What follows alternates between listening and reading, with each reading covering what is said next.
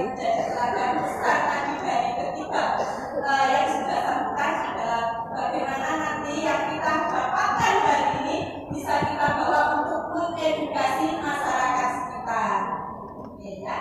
Oke, baik.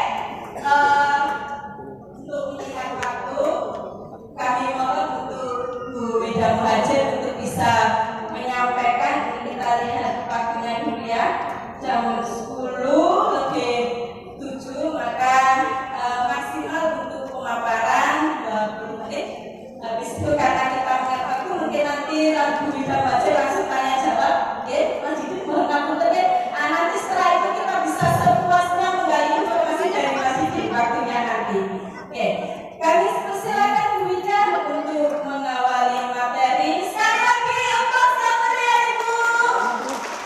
Terima kasih. Assalamualaikum warahmatullahi wabarakatuh. Ibu tercinta yang saya hormati dan saya cintai, para sepuh Asia, senang sekali bisa berjumpa dengan ibu-ibu hari ini. Ibu pimpinan Aisyah Utama serta ibu-ibu undangan yang terhormat dari GOW Utama, dari NN, kemudian juga dari Muslimat dan ibu-ibu hadir semua yang saya cintai juga. Ada beberapa mas-mas ya, pemuda-pemuda harapan kita, tentunya mereka anak muda ini yang membuat seorang ibu itu menjadi istimewa. Alhamdulillah bisa memberikan puji syukur ya kita bisa bertemu pada pagi hari ini, dan terima kasih juga undangannya walaupun ada banyak sekali hal-hal yang harus kita diskusikan. Saya senang sekali akhirnya bisa kembali ke sini dan malah selalu istimewa di hati saya. Dalam berinteraksi selama saya menjalankan, saya agak susah nih. Saya bukan menjalankan tugas, yang menjalani peran sebagai istri dari Pak Muhajir Effendi, Menko PMK Pembangunan Manusia dan Kebudayaan. Saya sedikit banyak berinteraksi dengan berbagai kalangan, baik itu di Jakarta, termasuk juga di Yogyakarta, di Solo saat pertama kemarin, bahkan di seluruh Indonesia. Kadang-kala saya ikut bapak daerah, ya, kemudian juga bisa bertemu bersilaturahmi dengan pimpinan baik Muhammadiyah maupun Aisyah di sana. Dan saya bangga sekali karena pernah menjadi bukan unsur pimpinan ya, saya hanya penggembira saja di Aisyah itu ya, penggembira, pendorong dan apapun itulah ya. Tapi saya sedikit banyak bisa bercerita bagaimana kehidupan kami di Aisyah Kota Palembang itu. Dan kemudian juga akhir-akhir ini, tapi bukan akhir aja ya. Sebenarnya ini adalah dinamika kalau mau utama gitu ya. Jadi kegiatan kita berpersaingan itu jadi semakin marak gitu ya. Jadi beberapa kali saya ikut kegiatan NA di Jakarta gitu kan. Antara juga saya panas-panasin dengan kegiatan ibu di sini, bapak di sini itu luar biasa loh. Sehingga tepuk tangan untuk kita semua. Ibu yang saya hormati, saya kagumi dan saya cintai, terkait dengan tema kita tentang ibu, ya. Terus terang saja lebih banyak ibu-ibu teladan di sini. Saya hanyalah proses ya, menjalani proses dan belum selesai. Ya, oleh karena itu saya akan memberikan apresiasi yang sangat banyak kepada beberapa ananda hebat beserta ibunya yang hadir di sekitar kita. Tepuk tangan untuk mereka semua. Ada Mas Didi, ada Bu Asmawati, dan ada lagi nggak Bu kita? Ada burung ini juga banyak sekali. Tepuk tangan untuk bapak, untuk ibu dan ananda yang membanggakan kita semua ini. Ini adalah momen kita bersama dalam memperingati Hari Ibu. Oleh karena itu, mari kita mengikuti kegiatan ini dengan senang gembira. Dan Ibu moderator, saya tidak akan banyak memberikan sampai 20 menit ya. Saya Mas tadi coba dia 10 menit, saya 10 menit. Mas ya, mungkin kita akan lebih banyak sharing. Ibu-ibu seharusnya audiens yang lebih banyak bicara, karena memang seharusnya kita yang di depan, di atas ini lebih banyak mendengarkan daripada mengutarakan. Jadi yang pertama, kita tak lupa menjadikan salawat dan salam pada junjungan kita Nabi Muhammad SAW beserta keluarga, sahabat dan temannya yang tak bersamaan. Hadirin yang berbahagia, sebenarnya esensi dari seorang ibu kalau menurut saya itu adalah pada doanya. Dan sedikit banyak yang ingin saya sampaikan kali ini tadi sudah disinggung oleh beberapa sambutan di depannya terkait dengan kenapa kok kita itu ibu-ibu harus menggunakan senjata kita yang paling akhir yaitu doa, karena tantangan kita saat ini sudah semakin tidak hanya berat ya, berbeda dibandingkan dengan tahun kemarin. Tahun-tahun kemarin kita tantangannya pandemi. Ya. Saya berdiri nggak apa-apa ibu ya? Ya. Saya berdiri. Saya dulu mohon maaf ya. Jangan berdiri menghampiri gitu ya, tapi oh nggak apa-apa. Jadi boleh saya izin berdiri bu. Jadi saat ini kita memiliki tantangan yang beda dengan 2-3 tahun yang lalu. Kemarin kayaknya baru saja hari kemarin kita ngomongin tentang pandemi, tentang dampak-dampaknya, tentang kehidupan kita ya, yang terpaksa ya harus berubah ya. Kita tidak punya pilihan lain, kita harus menerima kondisi ini. Kita seolah-olah tercerabut dari kehidupan sosial kita, termasuk juga bagaimana organisasi ataupun gerakan Muhammadiyah maupun Aisyah ini harus menyesuaikan diri ya menghadap mengikuti habit ataupun kebiasaan masyarakat itu kan. Kemudian alhamdulillah pandemi bisa diatasi dan sekarang kita memasuki era saat ini, ya kan? Bu itu masa bebas sih? Kalau bilang bebas agak susah juga ya. Ya, memang bebas sekali ya, termasuk bebas berekspresi. Dan menurut saya salah satu tantangan terbesar yang dihadapi oleh ibu-ibu di dalam mendidik anaknya, di dalam mempertahankan ketahanan keluarganya saat ini. Jadi tidak hanya mendidik anak ya, tapi juga bagaimana mengelola rumah tangga, menghadapi suami ya. Itu adalah terkait dengan kehidupan pasca pandemi yang kita semakin bebas berekspresi. Saya mengutip dari Okras ya, oleh seorang sosiolog itu sebenarnya tantangan kita saat ini adalah terkait dengan pencitraan informasi, kemudian juga personal branding yang terlalu berlebihan ya, dan yang terakhir itu adalah terkait media sosial.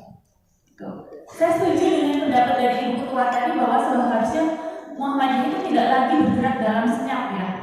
Kita banyak sekali kegiatan dalam memakmurkan organisasi, memakmurkan kehidupan keislaman kita ya. Tetapi kita kurang sadar bagaimana menyebarluaskannya secara serentak tadi gitu kan. Saya setuju sekali, memang itu penting gitu kan.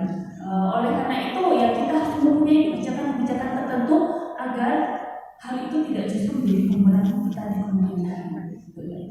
Kemudian saya juga terkait tema ini tentang tantangan kita terkait tadi personal branding, pencitraan informasi, adiksi media sosial itu adalah sesuai dengan tekad Aisyah maupun Muhammadiyah terkait dengan kesalahan digital. Kesalahan digital. Saya yakin ibu-ibu di sini sudah mempunyai definisi maupun bahkan praktek-praktek yang sudah teruji bagaimana sih salah itu, soleh itu seperti apa, mendidik anak soleh itu seperti apa. Oleh karena itu silakan itu digali terus dan sekarang kita kirim ini nanti kesalahan digital itu bentuknya seperti apa.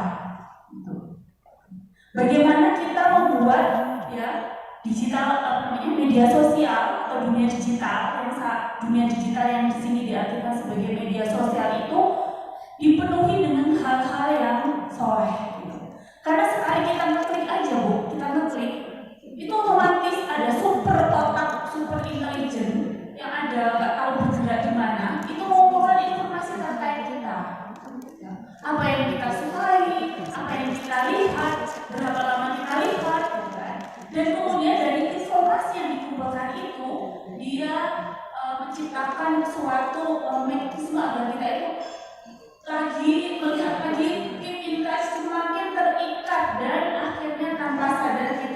kita kecanduan. Seperti tadi itu disebutkan oleh Bapak dari Pemkot tadi ya, TikTokan, dengan bikin video-video joget-joget itu ya. Dan itu yang miris tidak hanya terjadi di anak-anak muda, tapi di emak-emak, di kita ibu-ibu, kita sendiri bahkan saya ini adalah nasihat juga bagi diri saya ya. Boleh gunakan media sosial, tapi tolong mungkin ibu di sini bisa merumuskan rambu-rambu yang tegas dan jelas apa-apa yang boleh di-share di media sosial.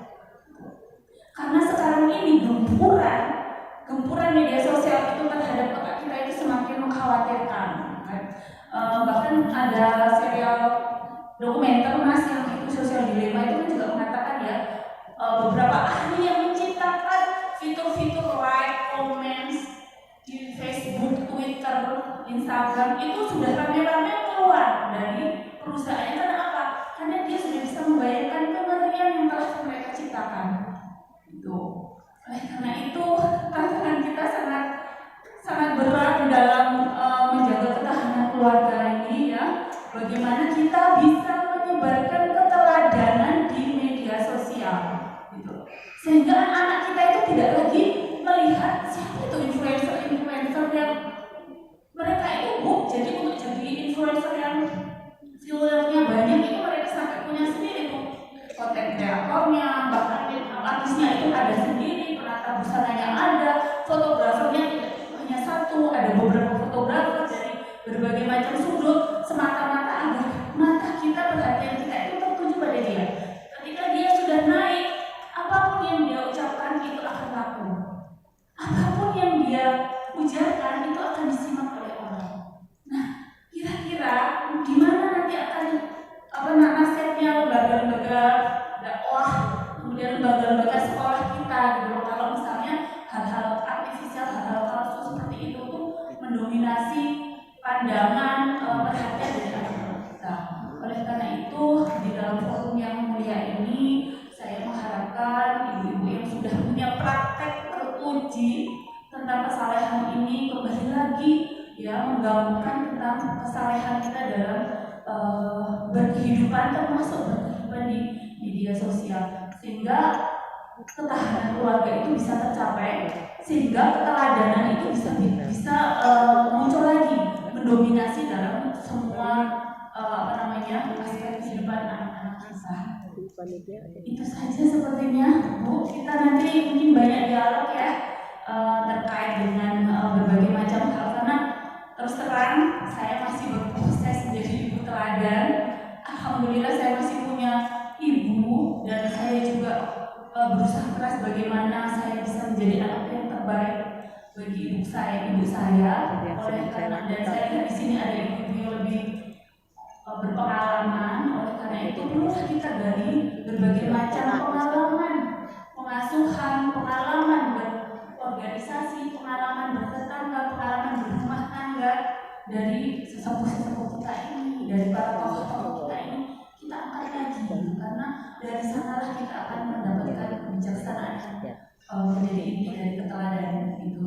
Demikian Mbak, terima kasih, mohon maaf apabila ada salah dan khilafnya. Wabillahi taufiq wal hidayah. Wassalamualaikum warahmatullahi wabarakatuh. Terima kasih Ida, luar biasa ya saat ini yang sedang ini tadi itu kalau saya kelihatan ngetik itu juga dalam rangka ini juga bagaimana untuk kemudian kita orang-orang yang baik itu menjadi influencer. Nah itu karena mirisnya Bu ya, coba dilihat HP. Kadang orang gini, Bida kegiatannya bagus sekali, banyak sekali. Ada yang bilang gini, oh nanti dikira sombong, nanti dikira ini. Padahal kalau tidak kita yang memenuhi media sosial itu, tidak kita yang baik itu akan dipenuhi mereka itu yang sudah. Ibu bisa lihat sendiri anak kita. Apa kita relakan ya, yang buka itu orang telanjang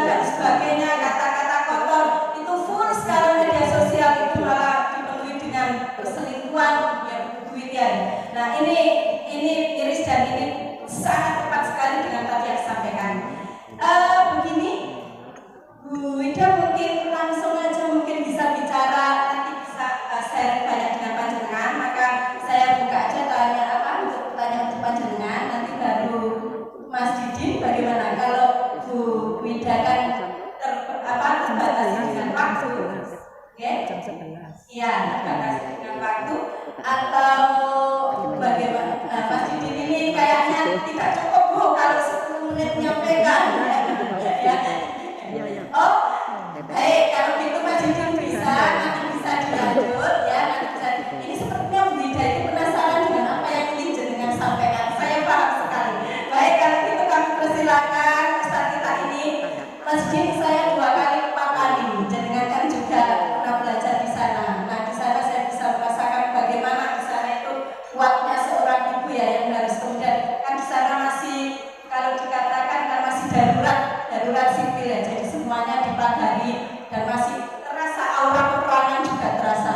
Tentu ini juga bisa jadi gambaran kita yang di Indonesia sebagai ibu harus banyak bersyukur. Nah Mas Didin mungkin saya lihat ini kemarin ada yang bilang sudah lihat materinya saja sudah menangis. Ini foto andalan yang luar biasa. Kami persilakan Mas Didin waktunya ya, menyesuaikan aja. Kami persilakan, monggo.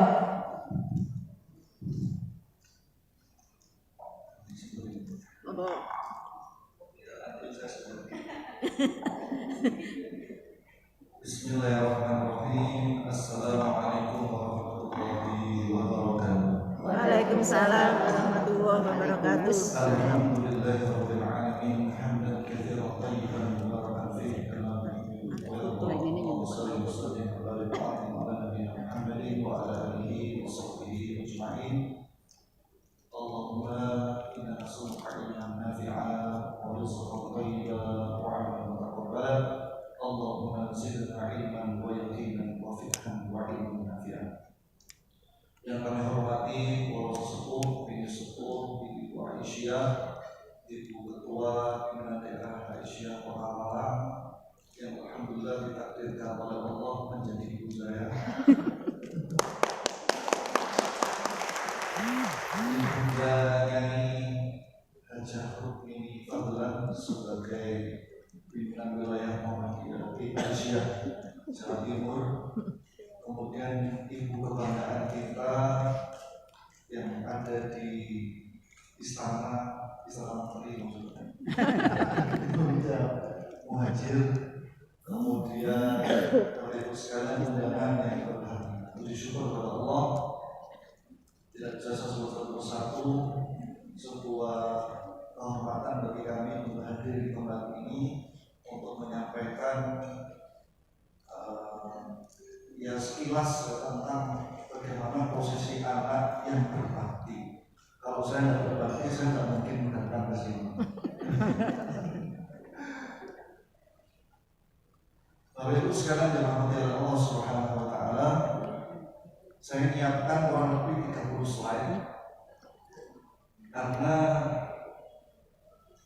khawatir mengecewakan ibu saya. Oleh karena itu mohon maaf jika nanti mungkin waktunya mohon dikasih tahu kalau nanti sudah habis ya. Ini gambar dari keluarga besar kami yang alhamdulillah oleh Allah diizinkan untuk terlibat dalam aktivitas dakwah di Muhammadiyah. Mohon next.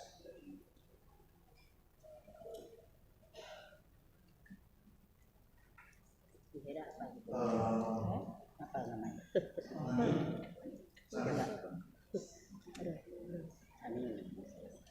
Jamil Didin Jihan. Jadi ada sebuah qaidah idza wujida al-ma' batala tayammum. Jika kita mendapati air, maka tayammum kita itu batal. Jadi sebenarnya keberadaan saya di sini ada dan tiada itu sebenarnya tidak terlalu berpengaruh. Karena ibaratnya ketika saya menyampaikan materi yang akan saya sampaikan, insya Allah semuanya sudah diamalkan, sudah menjadi pengetahuan standar bagi ibu-ibu semuanya. Oleh karena itu sesungguhnya ini hanya sebatas tadi dikatakan oleh Ibu Ketua sebagai refreshing hari Sabtu, mudah-mudahan ini bisa kita nikmati bersama. Alhamdulillah saya sebulan ya, sebulan nggak sampai lulus ya. Alumni TK Aba 24. Ya. Kemudian juga alumni UMN saya, walaupun hanya setara di rumah, yaitu Muhammad Rahman bin Auf. Jadi insya Allah kalau hanya sekedar untuk berkomunikasi dengan bahasa Arab ya sedikit-sedikit bisa. Kemudian ini amanah yang kami emban, tidak kita minta, tapi diberi amanah oleh umat. Saya kepala keluarga dengan 1 istri dan 5 anak. Saya menerapkan pendapat jumhur ulama yang mengatakan al-ikhtisar bizaujah wahidah hiya afdal. Memiliki hanya 1 istri itulah yang paling utama. Itu jumhur ulama ya. Anak alhamdulillah 5. Kemudian saya juga seorang entrepreneur karena dalam sebuah hadis Al-Bukhari disebutkan ittakhudhu ghanam fa inna fiha barakah. Hendaklah kalian memelihara kambing karena di dalamnya banyak keberkahan. Nah, itu nanti kalau ke rumah kami insyaallah akan ada kambing dan domba. Kemudian kami juga diberi amanah sebagai lab kerjasama internasional di Fakultas Teknologi Malang. Jadi sempat disinggung karena kami alhamdulillah punya banyak akses beberapa perguruan tinggi di luar negeri. Alhamdulillah diberi amanah ini mulai tahun 2014. Kemudian juga sebagai ketua pemuda Muhammadiyah Kota Malang, ketua Majelis Taklim dan Dakwah Husnul Khotimah, ketua Taklim Masjid Al-Mahmudi. Kemudian kalau Bapak Ibu tahu di dalam Borobudur ada namanya Masjid Salman Al-Farisi, Masjid Taj Mahal, ya. Nah, kira itu saya insya Allah juga takdirnya mulai 2013. Kemudian beberapa jabatan yang lain, Sekretaris MUI Kecamatan Sukun, juga anggota PCM Sukun, kemudian Wakil Sekretaris Majelis Intelektual Ulama Muda Indonesia, kemudian juga di Majelis Taklim PD Kota Malang, dan bersama-sama Bapak PCM merintis Pondok Pesantren Muhammadiyah Fatih Usman juga ada. Ini semuanya hanya dalam rangka bertahadduf bin nikmah. Mudah-mudahan ini menjadi amal jariah ibu kami, di mana Rasulullah bersabda, khairukum man ta'allama al-Qur'ana khairun nas anfa'uhum linnas. Sebagai manusia adalah yang paling bermanfaat untuk yang lain. Beberapa kegiatan dengan Bapak Danrem, dengan Bapak Wali Kota, kemudian juga yang ini juga tidak apa-apa tadi disintaskan, karena seringkali Taska memberikan banyak bantuan baik itu moral dan material untuk pergerakan teman-teman. Demi kemarin termasuk salah satu anggota kami yang menjadi salah satu dan Pak Haji ya, yang alhamdulillah juga beberapa kali mendapat santunan dari Taska. Next, oke, ibu sekalian, ada 5 submateri pro kontra hari ibu, kedudukan ibu dalam Islam dan seterusnya, yang pada intinya hari ibu ini kalau menurut Wikipedia adalah peringatan atau perayaan terhadap para ibu dalam keluarganya, suami, anak-anak atau lingkungan sosial, dan dibebas tugaskan pada hari itu. Maksudnya diliburkan mungkin ya, cuci gitu ya, tak boleh naik sapu, mudah-mudahan bisa muncul ya. Oke, next, bebas tidak terlalu. Nah, sebenarnya hari ini di kalangan internal Islam sendiri juga ada pro kontra ibu sekalian. Kalau kita lihat fatwa-fatwa para ulama, di antaranya fatwa Syekh Fauzan, Syekh Utsaimin, beberapa ulama Timur Tengah khususnya dari Saudi itu mengharamkan tidak boleh merayakan hari itu. Kenapa? Ini alasannya karena dianggap tasyabbuh dengan orang kafir. Karena setiap hari adalah hari ibu. Kemudian termasuk mengada-ada dalam urusan agama. Karena di masa Nabi itu sudah ada ibu-ibu, tapi kenapa tidak ada hari ibu? Nah, itu di antara logika orang yang menolak hari ibu. Tapi dari yang pro, mereka mengatakan bahwasanya momen ingat esensi dari hari ibu adalah momen mengingatkan dan menguatkan kedudukan ibu dalam kehidupan. Jadi bukan sebuah seremonial yang harus, ini adalah sebuah budaya. Itu sepenting adalah esensinya, dan yang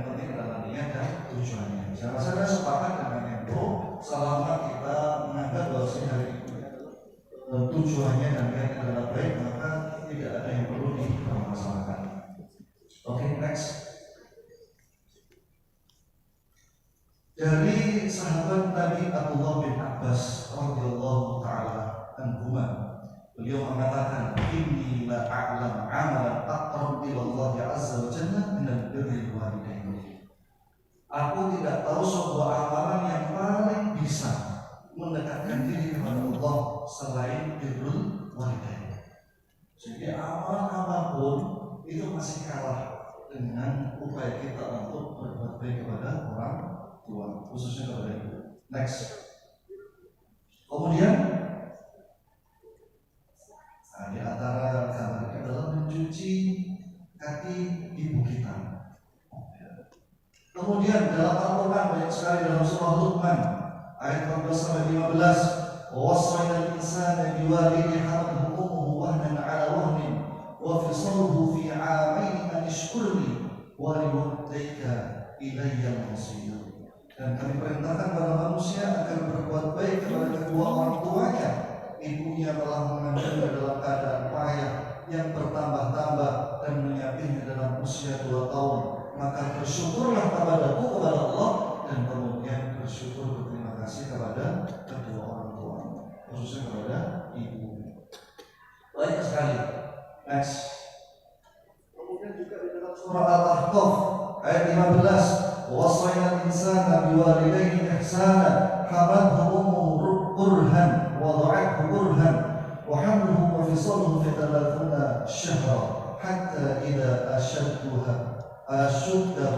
وبلغ 40 سنة قال رب أوزعني أن أشكر نعمتك التي أنعمت علي وعلى والدي وأن أعمل صالحا ترضاه وأصلح لي في ذريتي إني تبت إليك وإني من المسلمين.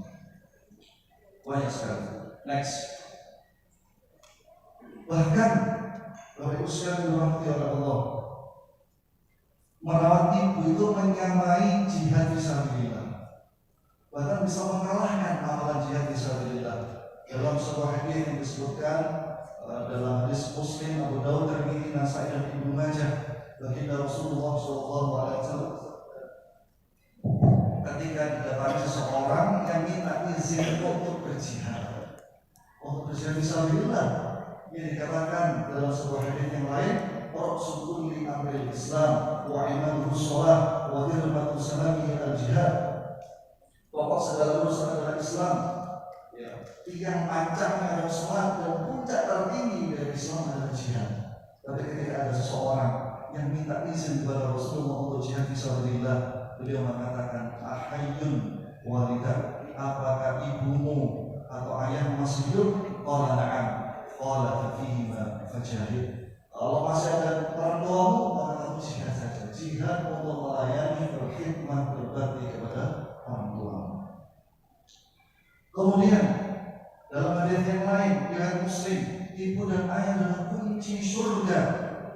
An Abi Hurairah radhiyallahu anhu qala, sami'tu Rasulullah sallallahu alaihi wasallam yaqul, rahima anfu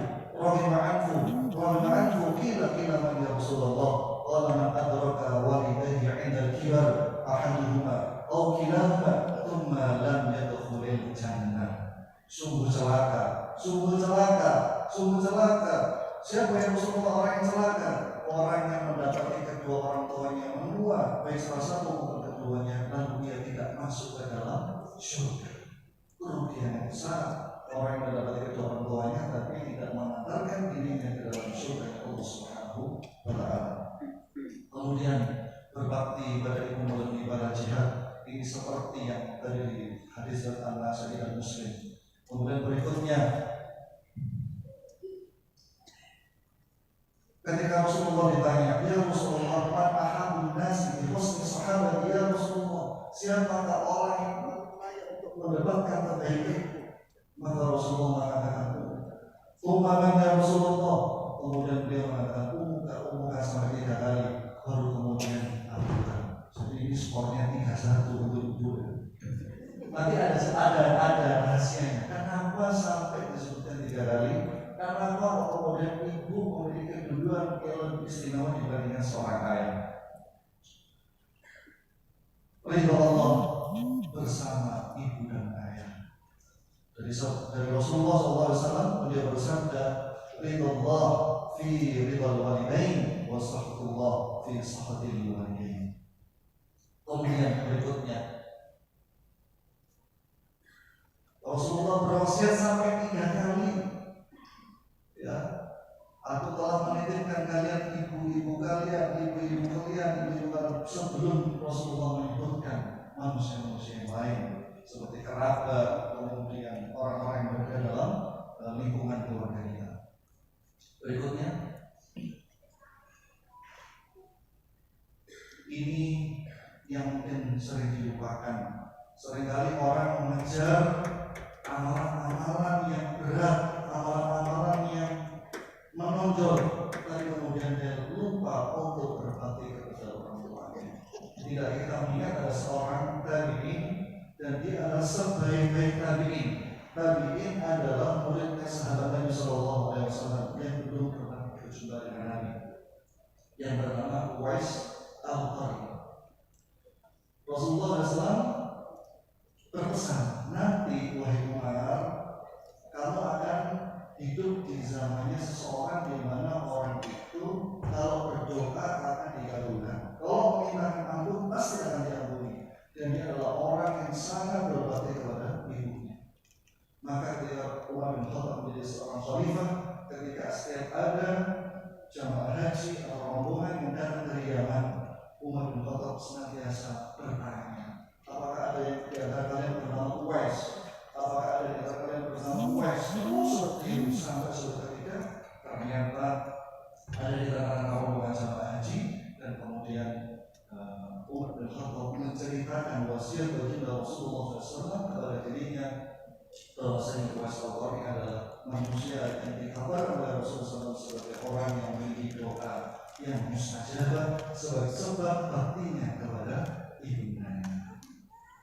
Kemudian berikutnya, dosa yang paling besar setelah syirik adalah dosa durhaka kepada kedua orang tua.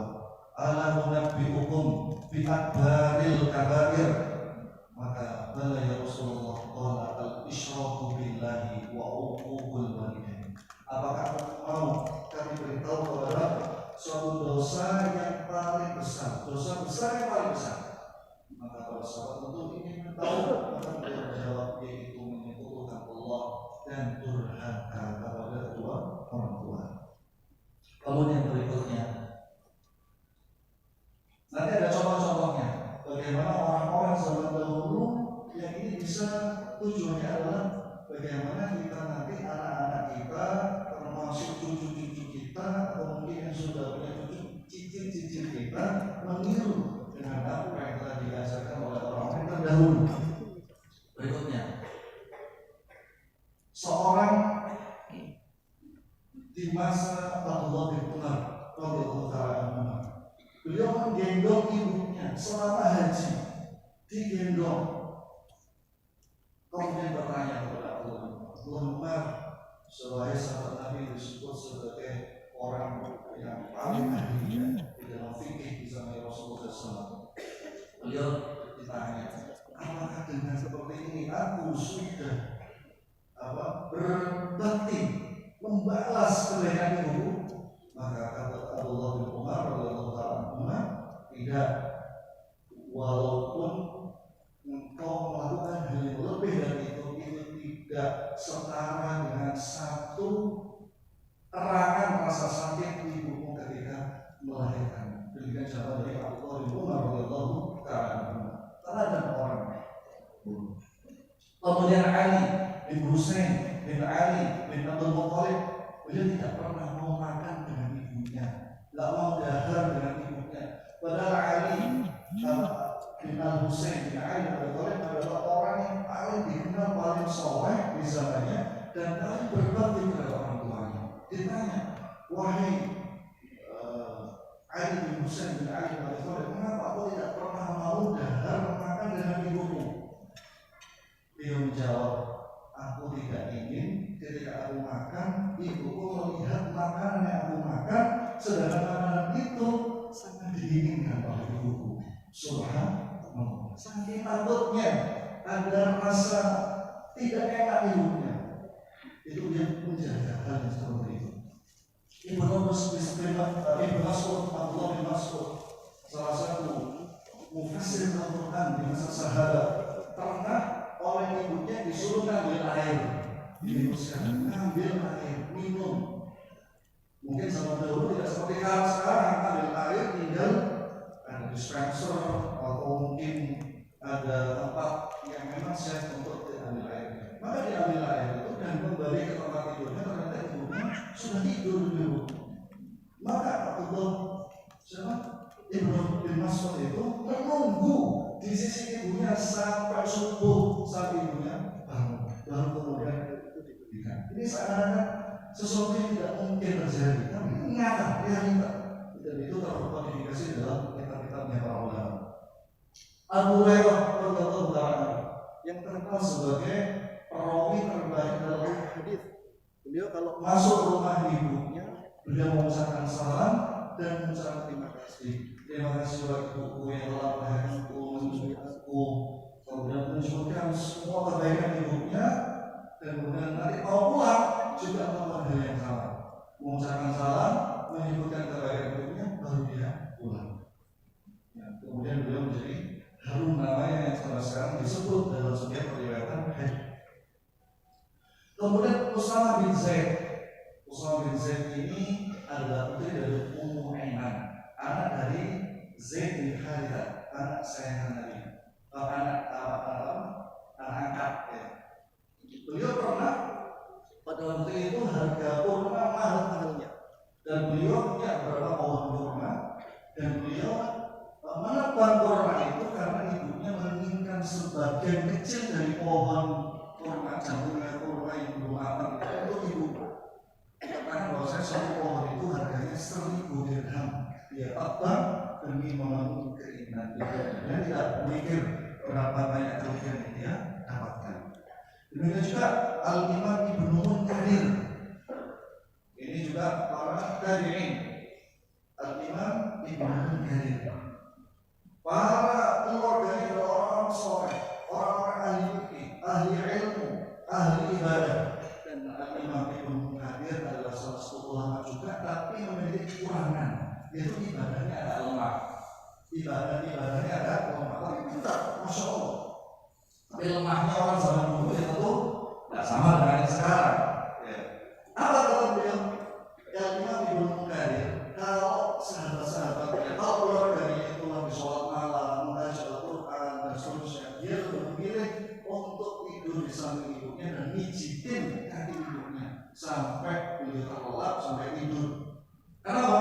Karena saya yakin ini adalah amal yang mengalahkan semua bentuk ibadah yang tidak bisa dilakukan oleh Rasulullah SAW. Kemudian contoh yang lain, Haywah binti Shuraih. Haywah binti Shuraih itu salah ulama tabi'in, ulama besar, majelisnya dari ribuan orang. Kemudian tiba-tiba ketika ngasih pengajian seperti ini, wahai Haywah binti Shuraih, ya, itu ayatmu belum tahu kasih makan. Ayo sekarang kamu kasih makan. Bayangkan seorang ulama besar di tengah-tengah muridnya disuruh ngasih makan ayam. Maka langsung saat itu juga tidak pikir panjang, dia pergi untuk ngasih makan ayam. Kalau zaman sekarang kira-kira gimana Bu?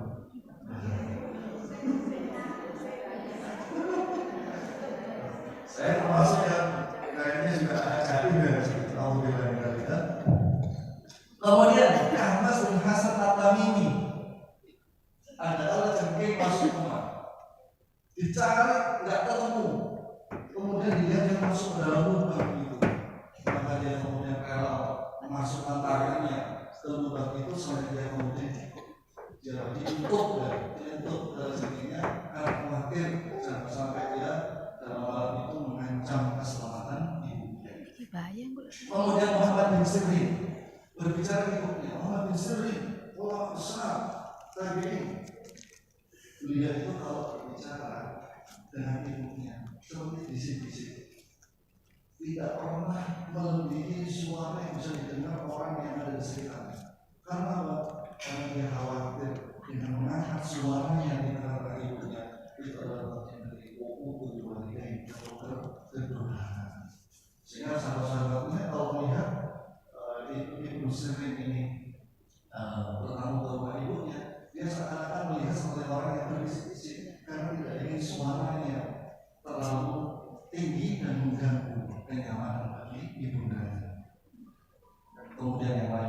Next. Habis ya waktunya. Nah, 10 menit. Nah, kesimpulan aja kalau begitu. Nanti ini bisa di copy ya. Mengumpulkan ini sebelumnya. Nah, bagaimana supaya anak-anak kita itu memiliki pribadi yang seperti itu, tentu tidak lepas dari kedua orang tuanya. Oleh karena itu kita perlu sering-sering ya membaca tahrim ayat 6 ya ilani anwalku anfusaku. Nah, sehingga belum satu aja next. Nah, ini rahimahullahu walidan a'ana waladahu ala birri. Allah merahmati orang tua yang membantu anaknya untuk berbakti kepada mereka. Tadi sudah disebutkan oleh Ibu Muhajir, oleh Pak Haris, oleh Ibu Ketua WDA dan seterusnya, bahwa saya untuk memiliki generasi yang taat, yang berbakti, yang berkhidmat kepada ibunda ini tentu suatu proses perjuangan yang tidak mudah, dan tentu kita dalam hal itu perlu terus untuk belajar dan mempraktekkan apa yang telah diajarkan oleh Rasulullah SAW. Kemudian berikutnya, next, habis ya. Oke, next. Terus ini peran Aisyah. Nah, supaya keberhasilan dalam mendidik anak, supaya keberhasilan dalam menyiapkan generasi dikatakan oleh Ustaz Haris tadi, menyiapkan ibu-ibu yang baik itu bisa berjalan dengan baik, maka kita tentu perlu menguatkan kepada orang lain, karena bukan kita adalah umat yang terbaik. Untuk khairu ummatin ukhrijat linnas ta'muruna bil ma'ruf wa tanhauna 'anil munkar. Dan kemudian kita perlu memilih kondisi lingkungan yang kondusif. Dan Aisyah lalu memberikan bukti yang nyata, ada yang ada TKA, ada sekolah, ada poliklinik, ada universitas, relawan, program-program yang luar biasa, dan menjadi role model ibu dan istri yang ideal, dan itu perlu diviralkan sehingga harapannya generasi kita tidak kekurangan role model orang yang bisa dijadikan sebagai contoh. Nah, satu saya tutup. Alhamdulillah saya ini walaupun seperti ini pernah juara MTQ tingkat raya, dan guru saya yaitu ibu saya. Guru saya dalam politik. Jadi sekali-kali diberi tugas untuk jadi politik. Kemudian saya juga belajar berdermawan dari ibu. Ibu saya itu adalah orang yang tidak bisa diam ketika ada orang yang kekurangan, walaupun dirinya sendiri kekurangan. Ya ibu ini ya PNS itu berapa sih gajinya? Saya pernah ikut itu 300 ribu ya Bu. Dan itu menghidupi dalam satu rumah ada 15 orang. Karena ibu saya juga kakak paling tua, jadi paling kulit, bahkan ada anak yatim 2 orang, anaknya 7. Ya. Jadi kalau beras 2 kintal itu kadang tidak cukup 1 bulan itu. Dan tiap hari saya masih ingat sarapan sama makan siang itu lauknya adalah 2 teh. Kalau tidak tahu ya tempe. Ya bukan karena zuhur ya, karena memang keadaan harus memaksakan itu. Tapi di tengah-tengah itu saya merasa sahabat orang yang datang ke rumah insya Allah diberi makan, walaupun lauknya hanya sedikit.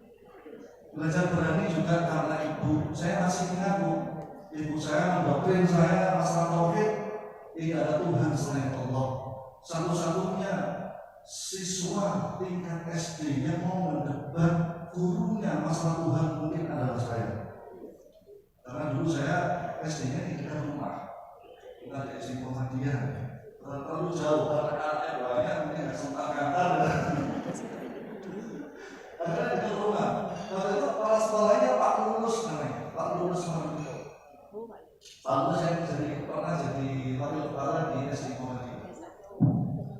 gurunya ya macam-macam, ada yang Kristen, ada yang Katolik. Ketika menjelaskan suatu pelajaran, beliau mengatakan bahwa semua ini adalah karena kuasa Tuhan. Saya katakan, mohon maaf, tidak ada Tuhan, yang ada adalah Allah. Tapi guru saya menangis, ya. Belum nanti masalah-masalah lain yang itu yang kelihatannya sepele, tapi itu sebenarnya adalah doktrin dari keluarga. Kemudian belajar irit dari ibu ini orangnya irit, ya.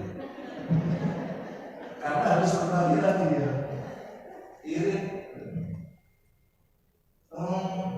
Di antara bentuk iritannya, kami tidak pernah makan yang ayam atau daging ya. Kalau sekarang mungkin tiap hari.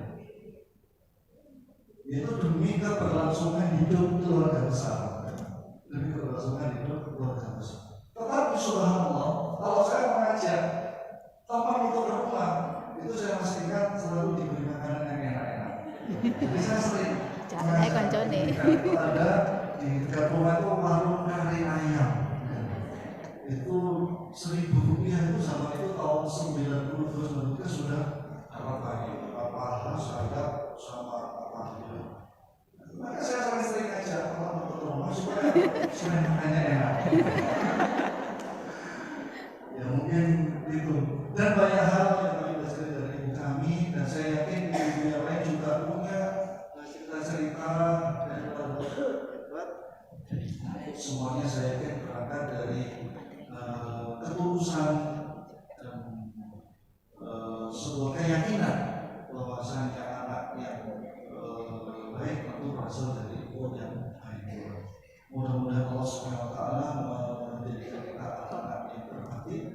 Adapun yang sudah ditinggal oleh ayah ibundanya, kita masih punya banyak yang bisa dilakukan, merupakan termasuk bersedekah untuk mereka, mendoakan mereka, menyambung silaturahmi dengan teman-teman mereka, itu termasuk adalah birrul walidain. Mungkin itu bisa kami sampaikan. Mohon maaf Wassalamualaikum warahmatullahi wabarakatuh. Baik, sepertinya Mas Didi tadi banyak yang ingin di kelas ya, sekaligus nanti bisa memberikan inspirasi kita semua sebagai orang tua. Itu nanti bisa dilanjut, tapi itu sementara ya, karena memang kalau di jadwal ibu-ibu sudah besok ya jadwalnya sampai jam berapa, tapi ini kami beri kesempatan dulu untuk Bu Ida, Bu Hajir, barangkali ya saya ingin harapkan panjenengan semua ada yang bertanya atau berbagi. Kami beri dua kesempatan. Itu sudah ada. Terima kasih ya, gerak cepatnya Ibu. Terima kasih. Nanti setelah Ibu Bu Ida Wajib nanti, kemudian karena ini sudah jam 11 lebih, baru nanti Mas Didi bisa kita eksplor lagi lebih luas apa yang sudah di pengalaman dan apa yang harus kita ketahui. Oke, baik Mbak. Ya, Ibu yang itu ya, tengah sebelah dulu. Nama dan dari mana itu mohon diperkenalkan. Assalamualaikum warahmatullahi wabarakatuh. Saya dari BKMM Dewan Masjid Indonesia. Saya Ibu Sri Sundari. Saya ingin menanyakan satu pertanyaan aja dulu buat yang cantik. Ibu, menarik sekali tentang kesalehan digital, karena kebanyakan pada saat ini tidak saja yang mamut-mamut mama muda, mama setua saya aja sekarang etika bermedsos pun sangat rendah.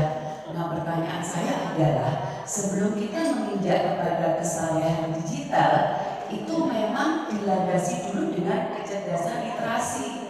Nah, pertanyaan saya, kecerdasan literasi pada seseorang atau anak, nah itu kita kenalkan pada usia berapa Ibu sebelum kita sampai ketika kesalehan.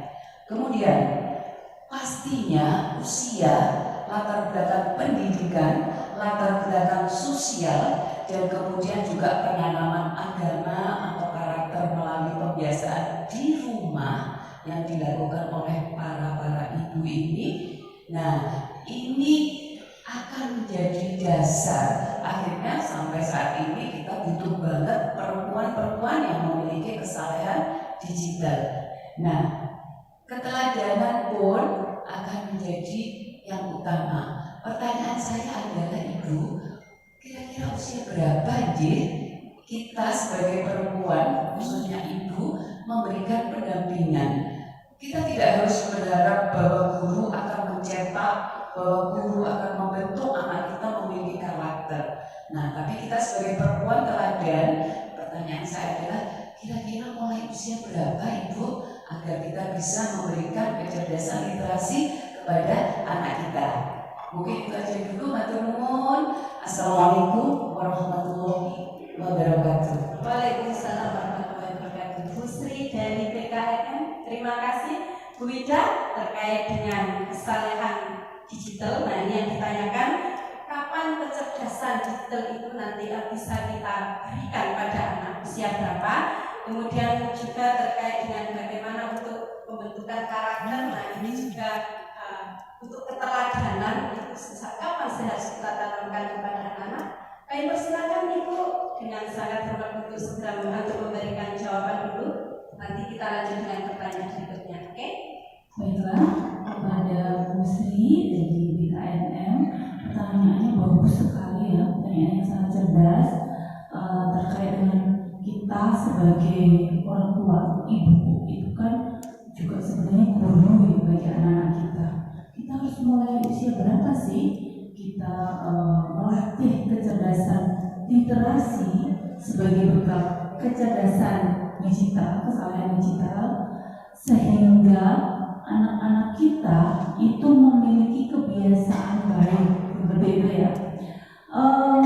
Saya yakin ibu-ibu di sini pasti semuanya sudah punya jawaban masing-masing, dan saya yakin semua jawabannya itu benar gitu ya. Kenapa? Karena ibu-ibu yang hadir di majelis ini pasti ibu-ibu yang memiliki tekad untuk memperoleh ilmu yang bermanfaat, sehingga sedikit banyak pasti punya pengalaman masing-masing. Menurut saya pribadi ya, kecerdasan seorang anak itu yang pertama dan utama itu adalah berasal dari keluarganya, dari ibunya sendiri, dari bapaknya sendiri, seperti itu ya. Termasuk juga ketika kita ingin anak kita berkarakter baik ya, mempunyai kebiasaan yang baik, ya berarti ibu itu sendiri harus terbiasa melakukan kebiasaan yang baik. Sehingga apa? Ketika akhirnya ibu itu dikaruniai Allah seorang putra atau putri, yang pertama masih dalam kandungannya 0 ya, 0 hari, itu dia sudah memiliki kebiasaan baik itu gitu ya. Termasuk juga literasi. Literasi itu adalah bagaimana kemampuan ataupun kemampuan seseorang dalam melihat lingkungannya, membaca suatu peristiwa, atau bahkan sekarang membaca buku dan seterusnya itu ya, berbagai macam media. Itu juga dimulai dari ibu saat mengandung. Jadi kalau saya seperti itu, ketika ibu itu memiliki kebiasaan literasi yang baik sejak menikah, sudah semangat memperoleh ilmu, apalagi Aisyah punya ini keluarga sakinah ya. Tepuk tangan untuk Aisyah. Terima kasih Ibu Aisyah, ini sudah ada ini keluarga sakinah yang membekali calon ibu mempersiapkan putra-putrinya. Nah, disiapkan dari mulai sebelum hamil itu ada kebiasaan membaca Al-Quran, kemudian membaca buku. Tidak cukup membaca aja, berdiskusi yang baik, berkomunikasi yang menyenangkan kepada suaminya, kepada keluarga yang lain. Saya yakin itu adalah proses ya, tidak bisa dilakukan sekali 2 kali, tetapi proses yang terus menerus, dan itu tidak ada kata berhenti kita untuk belajar. Jadi sejak dalam sejak 0 hari itu anak sudah dibiasakan nih perut ibunya ya membaca Al-Quran, kemudian juga hanya melihat tayangan-tayangan, misalnya ada televisi, hal-hal yang baik saja. Ibunya tidak kecanduan nonton drakor. Ayo siapa di sini yang suka nonton drakor? Oh ya, alhamdulillah ya, alhamdulillah. Karena itu godaannya luar biasa Bu. Sekali nonton itu tuh harus selesai. Nah saya juga sebagai ibu muda, ngaku ini Mbak, itu godaan untuk melarikan diri dalam drakor itu sangat besar. Oleh karena itu ya kita sendiri yang harus mengelola ya. Saya cukup dengan diri saya. Semua orang punya masalah ya. Saya cukup dengan keadaan saya. Setiap ada masalah itu kembali kepada Allah, ya kan. Semakin mendekatkan diri kepada Allah, termasuk bermajelis-majelis seperti ini dengan ibu-ibu muslimat, ibu Aisyah, luar biasa. Nah itu mendidik anak, termasuk itu yang saya peroleh ketika saya pelajari ya, ketika saya menikah dengan seorang muhajir effendi. Terus terang saya bukan dari keluarga Muhammadiyah Aisyah, terus terang saja ya. Nah, dan saya tidak pernah diajari Muhammadiyah itu ini Aisyah ini seperti ini sama seorang muhajir effendi, itu enggak pernah. Saya belajar sendiri kan. Jadi di sana itu saya lihat ya, ibu-ibunya tetap walaupun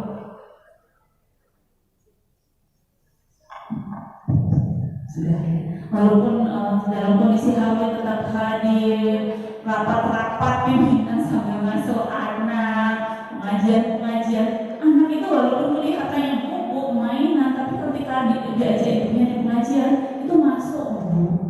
Walaupun masih di perut, tapi ibunya itu membekalkan, dia juga otaknya menangkap frekuensi yang sama. Apalagi ketika ibunya itu membaca Al-Quran disertai perasaan yang penuh, saya sedang menghadap Allah, ini tenang, damai. Itu mancepnya itu sangat erat ke anak seperti itu. Jadi tidak perlu sekolah yang muluk-muluk, metode yang rumit-rumit dalam membiasakan anak itu melek literasinya, sehingga ketika dia harus bermedia sosial dia ada benih-benih kesalehan di dalam hati dan jiwanya.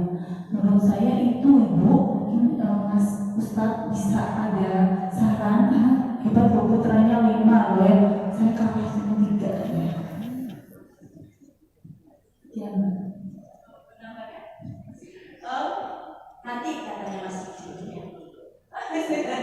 Oke, baik. Oke, satu kesempatan lagi. Silakan Ibu mau minta tolong ya. Ya, ya.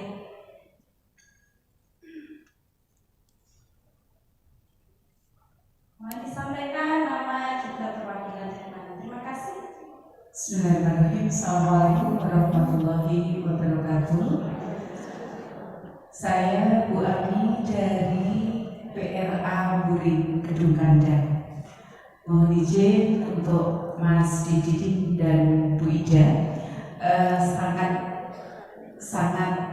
menyentuh ya, melihat dari judulnya aja yang tadi disampaikan oleh Pak Ustadz itu bergetar.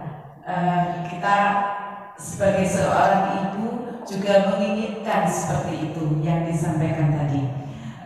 Terkait dengan yang disampaikan Bu Ida tadi tentang kesalehan digital, kami mohon maaf, saya atau mungkin beberapa ibu yang ada di sini adalah generasi lama. Jadi kami mengenal apa itu digital, apa itu HP dan sebagainya itu baru.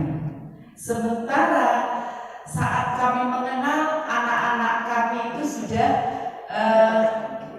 lebih besar. Maksudnya dalam usia itu mungkin sudah SMP, mungkin sudah SMA, bahkan mungkin sudah SD, yang 2 tahun terakhir harus memiliki HP sendiri, harus memiliki HP sendiri. Nah, pada saat itu HP yang dibeli, HP yang mereka punya itu sudah canggih, sementara kami isoni WA, telepon, SMS seperti itu aja. Sementara mereka memiliki HP yang dengan fitur-fitur dan isi yang sangat-sangat luar biasa, dan itu berlanjut sampai sekarang. Nah, bagaimana kami seorang ibu yang mungkin juga dalam hal ini adalah yang disebut guru tadi, baik di masyarakat maupun di rumah, mengendalikan itu untuk putra-putri kami. Terima kasih, mohon maaf. Assalamualaikum warahmatullahi wabarakatuh. Waalaikumsalam warahmatullahi wabarakatuh. Tadi kita bisa nyambung ya, WA, SMS, apa kita satunya? Telepon. Telepon. Satu lagi itu selfie. Oh, selfie. Iya Pak ya. Iya. Satu lagi itu yang tidak pernah tertinggal.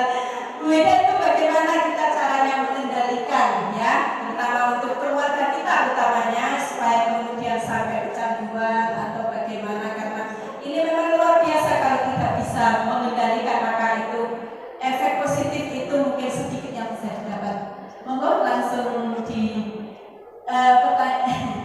Nanti Mas Didin akan melengkapi semuanya. Padahal saya penasaran nih jawabannya dari Mas Didi ini, karena beliau masih muda, ya pelaku di milenial ini. Baiklah, saya jawab ya Mas ya. Nanti Mas bisa mengungkapkannya. Yang untuk Ibu Ami dari daerah Budi, Ibu percayalah Bu Ami, saya juga mengalami hal yang sama. Bahkan ibu-ibu di sini juga pasti mengalami hal yang sama ya Bu ya. Kita tos Bu, kita pelukan. Jadi pandemi kemarin ya membuat beberapa prinsip pengajaran ataupun pendidikan yang saya terapkan ke anak itu jadi mental. Misalnya saya udah kasih tahu anak saya tidak ada HP sebelum SMA, baru boleh pegang HP setelah SMA. Itu tidak bisa lagi gara-gara kemarin sekolah online itu. Terus saja saya juga merasakan banyak mudaratnya Bu daripada manfaatnya ketika anak itu terlalu melek HP atau gawe sejak dini. Jadi seharusnya ketika usia SD itu anak itu disterilkan ya dari terlalu terpapar gawe HP, tablet, komputer, game dan seterusnya itu. Dorong mereka dengan lebih banyak bermain bersama teman-teman, ya kan. Syukur-syukur ada kegiatan atau les tambahan gitu. Tapi gara-gara pandemi itu nggak boleh gitu kan. Gimana dong? Ya akhirnya tetap main game. Tapi masalahnya saya lihat sendiri ini sudah main game atau tablet, tetap rumah temannya main bareng, mabar gitu. Jadi sama Bu, saya juga terus terang ya kemarin juga sedih, kecewa. Ini kenapa kok jadi kehidupannya serba bebas gini gitu kan? Sama. Terus bagaimana mengatasinya? Menurut saya kita menghadapi generasi yang berbeda di zaman dibandingkan generasi kita. Yang pertama, yang penting itu adalah komunikasi. Jadi ajak anak itu berkomunikasi, ya kan? Terkait dengan kenapa dia harus pegang HP dan pegang HP itu untuk apa, gitu kan? Dan saya juga tidak bisa mengelak ketika akhirnya dia main game, ya.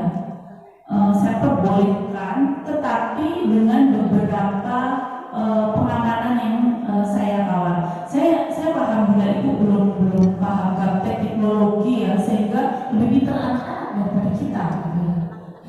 Sama Bu itu. Oleh karena itu ya tegas itu Bu, tegas. Misalnya saya bikin peraturan tidak ada HP maghrib itu ya, Jakarta kan maghribnya jam 6. Oh itu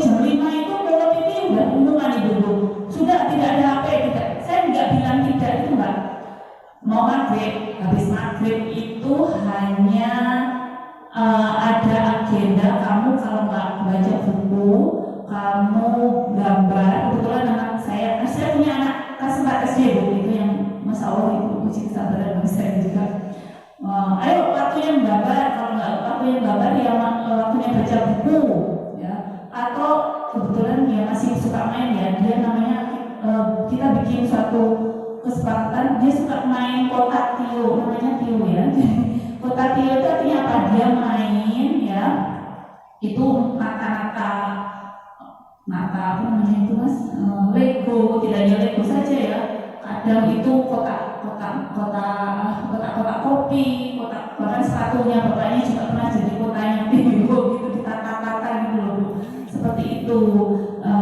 Jadi tidak ada TV. Karena apa? Anak segitu tuh pintar sekali negosiasi ya. Jadi dulu sempat saya bolehkan TV beberapa program ya, misalnya on the spot atau tayangan-tayangan ringan gitu. Tapi ternyata kita kalah ya, tetap aja dengan yang lain. Bahkan TV saya itu terkoneksi sama internet sehingga dia bisa YouTube-an dari sana. Sama, saya masih berjuang juga, dan menurut saya kuncinya satu, komunikasi, yang kedua tegas. Ketika komunikasi sudah tidak mempan ya kita harus tegas, kita sita itu HP gitu. Kalau memang bukan waktunya main HP karena sudah waktunya sendiri, terus kita juga konsekuen gitu. Termasuk saya juga memiliki beberapa media sosial ya, Facebook saya punya, Instagram punya beberapa akun, TikTok saya juga punya Ibu, tapi isinya kucing sama tanaman. Kemudian Twitter juga saya punya. Nah, anak saya itu ngintip loh, mama juga main Instagram, buka Instagram dulu gitu. Itu sebenarnya anak katanya itu pintar ya mengingatkan. Akhirnya apa Bu? Akhirnya saya putuskan untuk saya juga tidak berhenti ya, saya stop. Jadi saya hanya pasang aplikasi media sosial di suatu HP yang ketika saya pergi atau ada anak saya, itu HP itu saya sembunyikan gitu. Jadi HP yang saya bawa yang memang untuk komunikasi standar seperti WhatsApp saja itu. Saya rasa WhatsApp sudah cukup ya, karena kalau kita tergoda itu aplikasi edit muka macam-macam Bu, jadi luar biasa. Kita itu sudah dikepung dengan berbagai macam piranti yang melenakan kita dari beribadah kepada Allah. Itu yang menurut saya bisa ditambahin nanti ya Mas Judi ya. Terima kasih Ibu. Terima kasih Bu Ami dari Kedokteran. Dapat ya? Oke, terima kasih banyak. Ini sudah jam 11.16 sudah mengajar, jadi kami terima kasih banyak sudah kasih bonus ya. Sudah kasih bonus untuk bersama kita. Kita saksikan dulu untuk penyerahan sertifikat kepada Ibu dari panitia. Nanti kita lanjutkan lagi Bu ya, sepuasnya nanti dengan Mas Didi.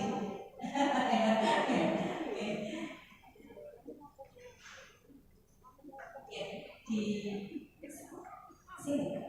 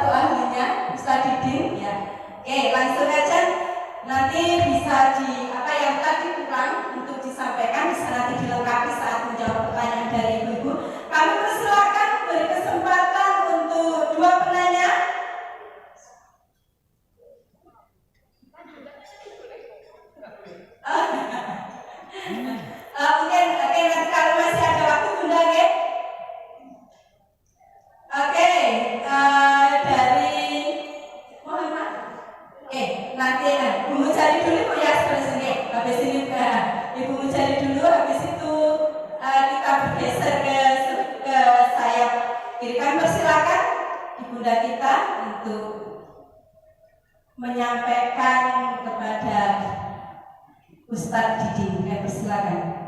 Assalamualaikum warahmatullahi wabarakatuh.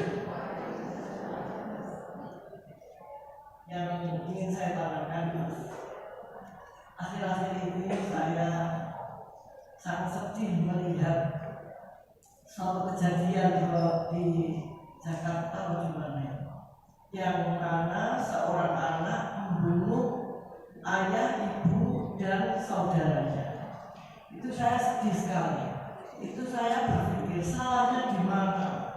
Apakah waktu mulai kecil, waktu mengandung, setelah besar, enggak dididik secara Islami atau didoakan sama yang baik-baik? Kok sampai sebegitu teganya seorang anak membunuh satu keluarga sampai tewas? Sekian, terima kasih. Assalamualaikum warahmatullahi wabarakatuh.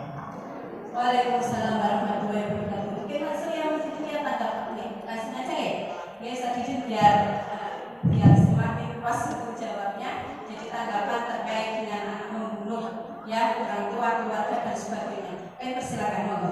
Baik, Ibu Musyadi, terima kasih atas pertanyaannya tentang fenomena kedurhakaan yang mencapai puncaknya, yaitu ketika seorang anak sengaja membunuh ibunya atau ayahnya atau bahkan anggota keluarganya yang lain.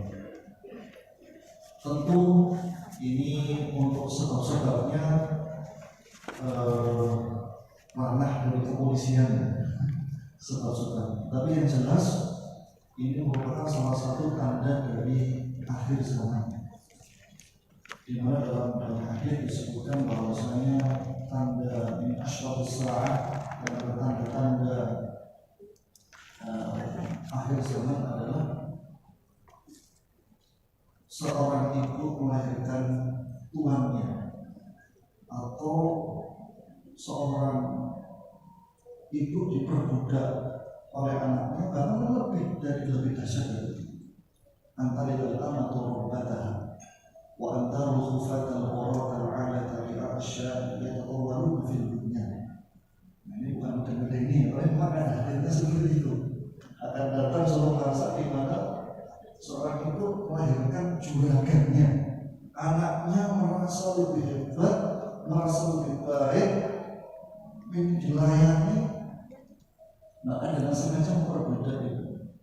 Dan ada orang-orang yang selama ini dikenal miskin, orang-orang yang selama ini bertelanjang kaki, mereka berlomba-lomba meninggikan bangunan. Itu tak bersisi.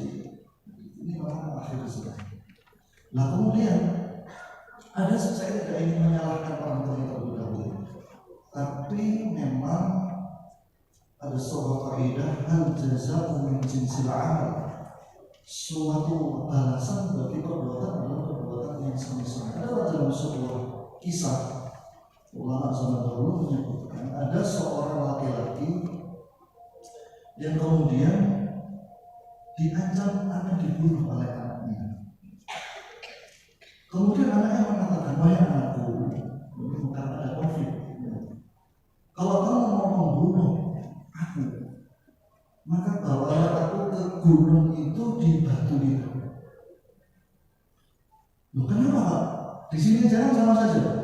Karena aku dulu membunuh ayahku juga di tempat itu.